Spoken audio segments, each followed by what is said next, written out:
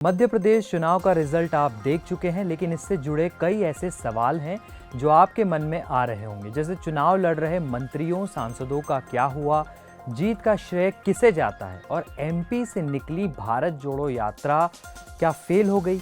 चलिए आपको ऐसे ही 10 सवालों के जरिए इस चुनाव का पूरा गणित समझाते हैं।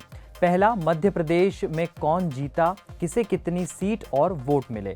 एमपी में 230 विधानसभा सीटें हैं और चुनाव में बीजेपी ने पूर्ण बहुमत के साथ जीत हासिल की है। बीजेपी के खाते में 163 सीट और कांग्रेस के खाते में 66 सीट आई है। बीजेपी को 48.5% वोट मिले और कांग्रेस को 40.4% वोट। मध्य प्रदेश में बीजेपी क्यों जीती? बीजेपी की जीत की सबसे बड़ी वजह शिवराज की लाडली बहना योजना को माना जा रहा है। मोदी मैजिक भी एक फैक्टर है। तीसरा फैक्टर सांसदों और केंद्रीय मंत्रियों को मैदान में उतारना रहा और चौथा फैक्टर बूथ लेवल पर बीजेपी का काम करना रहा। शिवराज या मोदी, जीत का श्रेय किसे जाता है? बीजेपी की जीत का श्रेय सीएम शिवराज सिंह चौहान को दिया जा रहा है। कहा जा रहा है कि उनकी मामा वाली इमेज के कारण जनता उनसे जुड़ी रही। चुनावी आंकड़ों के मुताबिक मामा शिवराज को बहनों का खूब आशीर्वाद मिला, यानी महिला वोटर्स ने शिवराज को बढ़ चढ़कर वोट किया।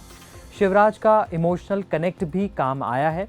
वह रैलियों में पूछा करते थे कि मैं चुनाव लड़ूं या न लड़ूं। जनता ने उसका जवाब दे दिया। शिवराज के मंत्रियों का क्या हुआ, ये अगला सवाल है। शिवराज के 7 मंत्री हार गए। जी हाँ, गृह मंत्री नरोत्तम मिश्रा, महेंद्र सिंह सिसोदिया, प्रेम सिंह पटेल समेत 7 मंत्री चुनाव हार गए हैं।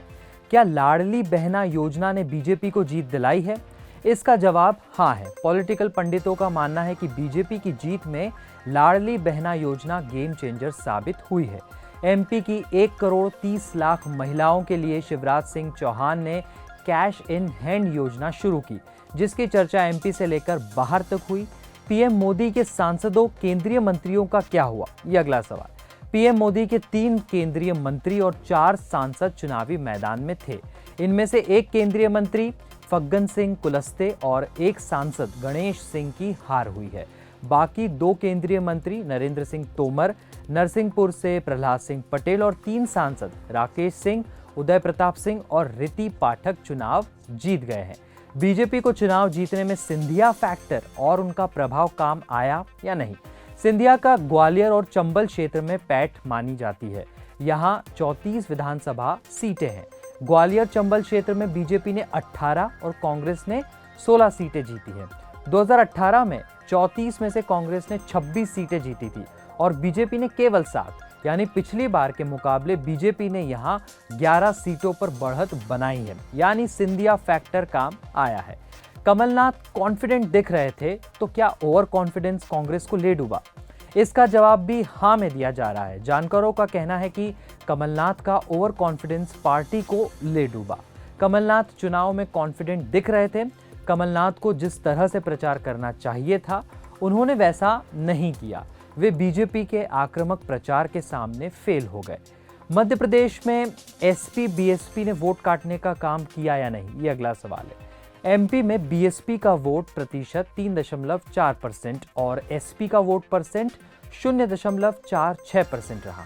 2018 में बीएसपी को 5% से अधिक और एसपी को 1.32% वोट मिला था।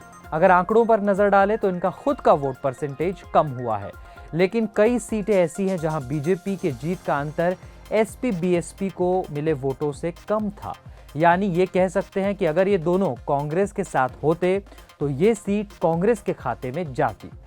राहुल गांधी की भारत जोड़ो यात्रा कांग्रेस के काम आई या नहीं? राहुल गांधी की भारत जोड़ो यात्रा एमपी की बुरहानपुर, खरगोन, इंदौर, उज्जैन और आगरमालवा में हुई थी, लेकिन इन सभी जगहों पर कांग्रेस का प्रदर्शन खराब रहा है। इस हिसाब से कहा जा सकता है कि राहुल गांधी की भारत जोड़ो यात्रा ने वोटर्स पर अपनी छाप नहीं छोड़ी। ऐसे ही 10 सवाल में आप छत्तीसगढ़ और राजस्थान चुनाव के नतीजों का गणित भी समझ सकते हैं हमारी वेबसाइट क्विंट हिंदी पर।